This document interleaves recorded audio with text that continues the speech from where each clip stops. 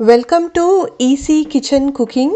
இன்றைக்கி easy kitchen குக்கிங்கில் நம்ம ரொம்ப ஒரு ஈஸி அண்ட் சிம்பிளான ஓட்ஸ் சாக்லேட் மினி இட்லி எப்படி செய்கிறதுன்னு பார்க்கலாம். இதுக்கு நான் இன்றைக்கி ஓட்ஸ் பிஸ்கெட் எடுத்துக்கிறேன். Chocolate coated oats biscuit. நீங்கள் பிளெயின் ஓட்ஸ் பிஸ்கெட்டும் எடுத்துக்கலாம், இல்லை ஓட்ஸை பவுட்ரு பண்ணியும் எடுத்துக்கலாம்.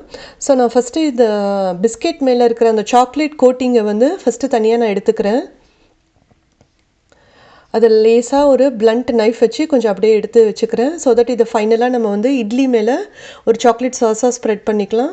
இப்போ இந்த சாக்லேட் பவுடர்ஸ் எல்லாம் நம்ம தனியாக வச்சிடலாம். இப்போ நம்ம அடுத்தது இட்லியோட ப்ரிப்பரேஷன் பார்க்கலாம்.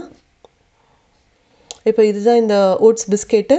கொஞ்சம் கொஞ்சம் சாக்லேட் இருந்தால் பரவாயில்ல, அந்த இட்லி நல்லா டேஸ்ட்டாக இருக்கும்.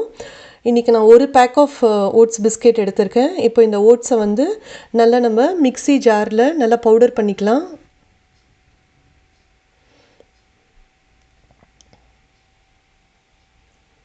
நல்லா இப்போது இந்த மாதிரி பவுடர்டு ஃபார்மில் இருக்குது. இன்றைக்கி மொத்தமே பார்த்திங்கன்னா இந்த மினி ஓட்ஸ் இட்லிக்கு ரெண்டு இன்க்ரீடியண்ட் தான், அதாவது ஓட்ஸ் பிஸ்கெட் ப்ளஸ் பால்.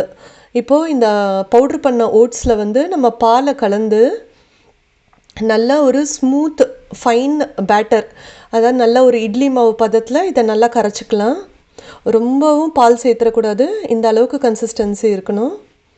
இப்போது இதை நான் ஒரு சின்ன இட்லி தட்டில் இதை ஒரு ஸ்பூனால் பார்த்து கொஞ்சம் கொஞ்சமாக ஃபில் பண்ணுறேன்.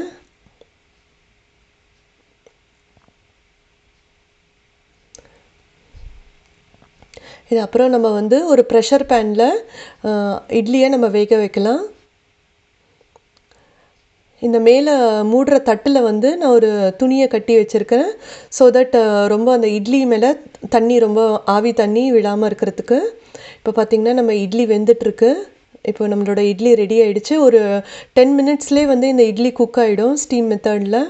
இப்போ நம்ம கொஞ்சம் ஆறுனதுக்கப்புறம் அந்த இட்லி எல்லாம் கொஞ்சம் கொஞ்சமாக எடுத்து வச்சுக்கலாம் பவுலில்.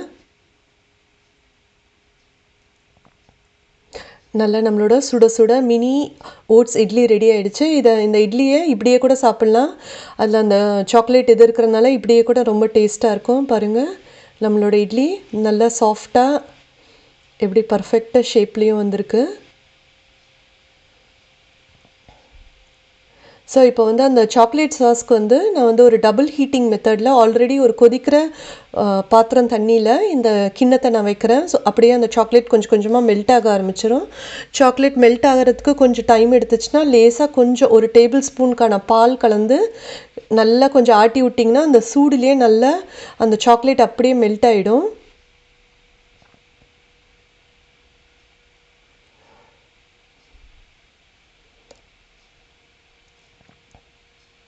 அவ்வளோதான், நம்மளோட இந்த சாக்லேட் சாஸு ரெடி ஆகிடுச்சு.